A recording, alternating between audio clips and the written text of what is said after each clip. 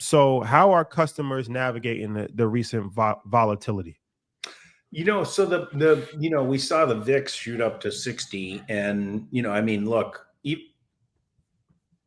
good, Steve. You're good. Okay, sorry. I didn't know I did change, so I thought maybe I got dropped.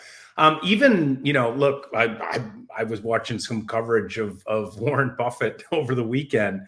Look, he's been around 90, investing for 71 years, I think it is, and even he's saying, look, there could be challenges here because this uncertainty is really.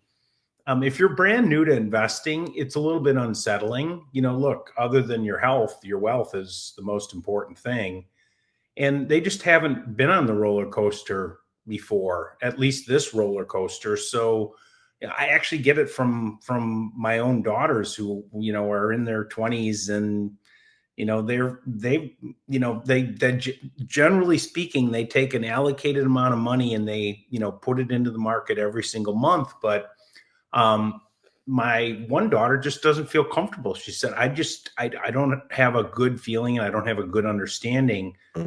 So, we have a yield product. You earn 4%. Listen, 4% is great. It's better than going negative. It's better than, sitting in a bank and earning 0.1%.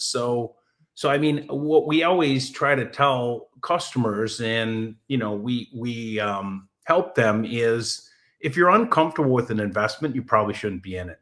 Yeah. You need to be comfortable because it is your money. And I think what people generally learn is over time, they become more comfortable in, like, it's like a scary movie. The first scary movie you've ever seen, it probably scares you quite a bit. But when you start seeing a bunch of them, you kind of say, this too shall pass. There's highs and lows in the market.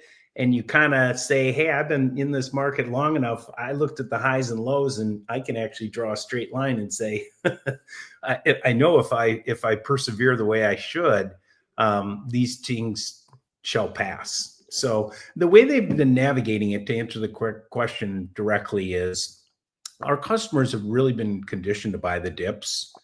It's been successful for them, going all the way back to COVID, when I would argue the institutional investors were kind of getting rid of a lot of securities they didn't have confidence in, and retail kind of stepped in and kind of saved that market, which was cool. So you're seeing you've seen an inflow of money come into brokerage accounts during this downturn. We've a record 18 billion in deposits in the quarter.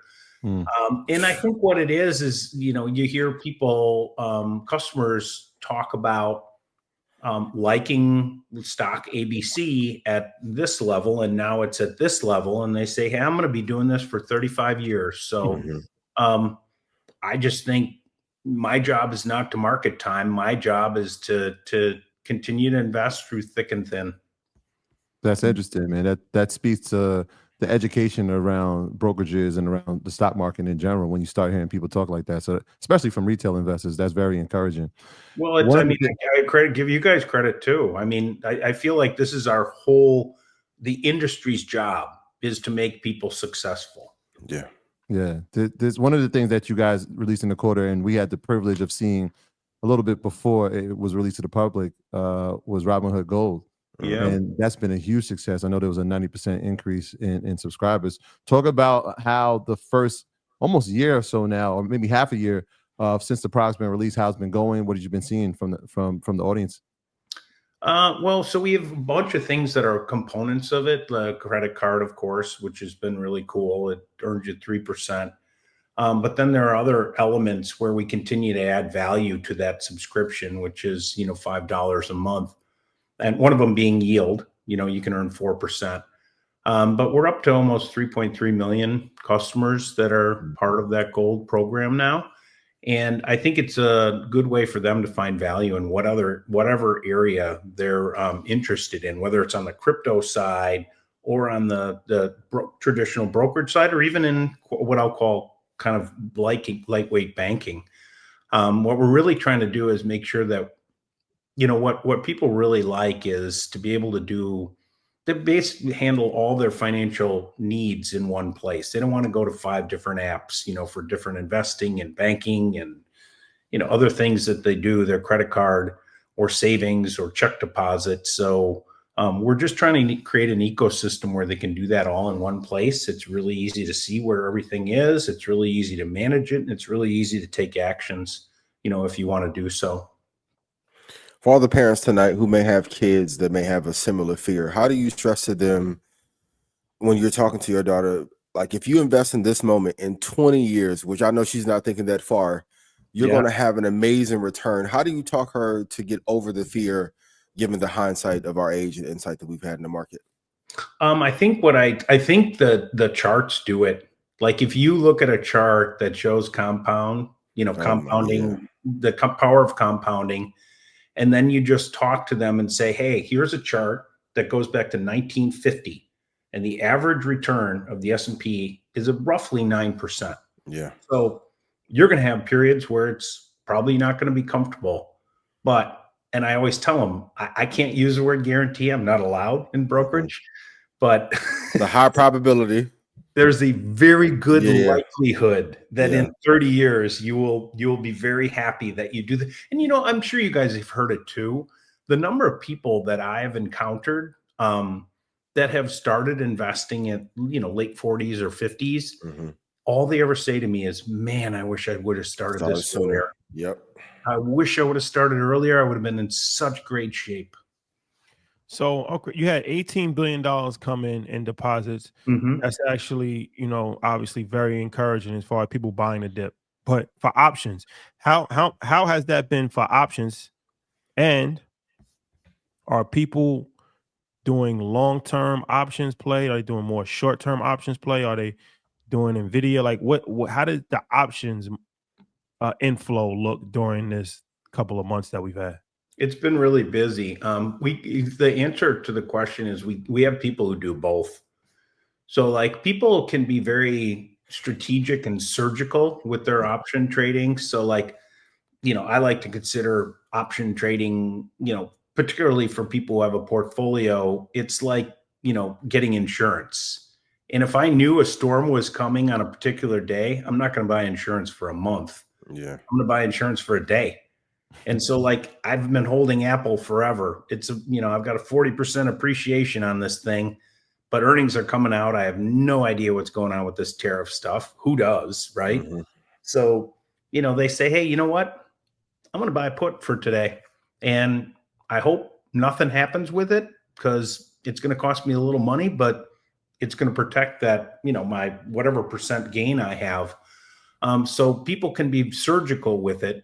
But there's also people who do it on a continual basis. Okay, I bought a stock. We'll pick on one, and I like the returns I'm getting, but I want to generate some revenue. So I'm going to write a covered call on it every quarter and get a little additional revenue. And if the stock goes up so fast, it goes up 20% in a quarter, then you can take that stock away. I'm okay with that. If I'm going to earn 20% on a stock in a quarter, I'm down. That's like 80% a year, and then I'll go back and buy it again, right? Yeah, that is the formula. So I'm always interested, especially since you guys have the 24-hour training 5 days a week.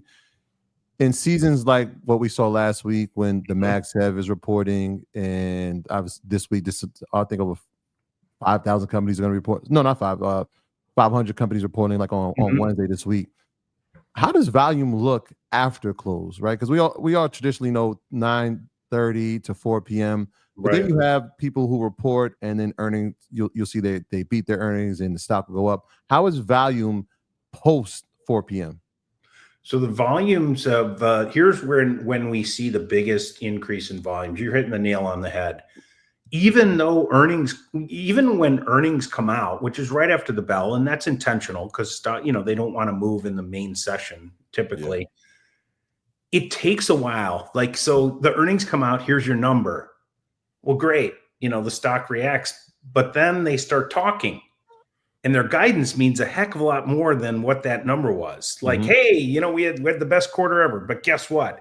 Next year, we're going to fall off a cliff, right? Yeah. That's at 8:00 at night, So having the ability for customers to be able to react to this news when it's happening is super important, and something that we've been sort of pushing on for so long, because like people, they understand it's an electronic marketplace. We lived through COVID. There were no humans on trading floors, and it functioned pretty well. Yeah. So the idea that you need these humans on a trading floor, I came from a trading floor. I know this. You don't. The other thing that I think is super interesting is the busiest nights we have are Sunday nights. Do you know why? You have a weekend full of news that happened. And there's a lot happening in the world that, happens on a weekend, and that news is all bunched up. So 8 o'clock Chicago time, 8 o'clock Chicago time, that thing opens up and it's busy. Yeah. Because everybody wants to protect a portfolio, take advantage of an opportunity, and be able to capitalize that whenever they want. The final thing that I would say that kind of drives it is almost all of our customers are working. And the time when they do a lot of their research, when they do a lot of their education, is not during market hours. They come home from their whatever primary job they have, and then they do some homework and they do some education and they figure out what they want to invest in. And they're often very frustrated by the idea that they got to wait for somebody to ding a bell the next morning at 9:30. You know what I mean? They say, hey, if I'm going to buy stock ABC at $10, I don't care when I buy it. It's like telling me Amazon's closed. Why would Amazon ever be closed, right? Yeah.